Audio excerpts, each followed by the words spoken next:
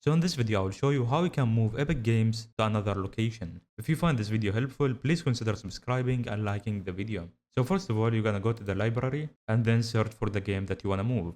And then click on Manage. From Manage, you're gonna click on this icon. And then from the game file, you're gonna click on Epic Games. And now you can see the game folder. You're gonna right click on it and then click Show More Options and then click Copy. And then you want to go to wherever you want to locate the game. And then you're gonna right click, Show More Options, and then paste. After that, you're gonna have to change the folder name. For example, we're gonna add one. And now we will go back to the Epic Games and then remove the game. And now from Epic Games, we're gonna click on the install button. And then from browse, we're gonna choose the new location of the game. So we wanna install it in the same location that we have pasted the original files in.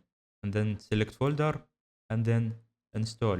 Now we're gonna pause the installation and then go back to the folder. And then now from here, we're gonna double click on the folder that we have pasted. And then we're gonna copy all the files. After that, we will go back and then double click on the new folder that Epic Games is installing the game in. And then we're gonna paste all the files here.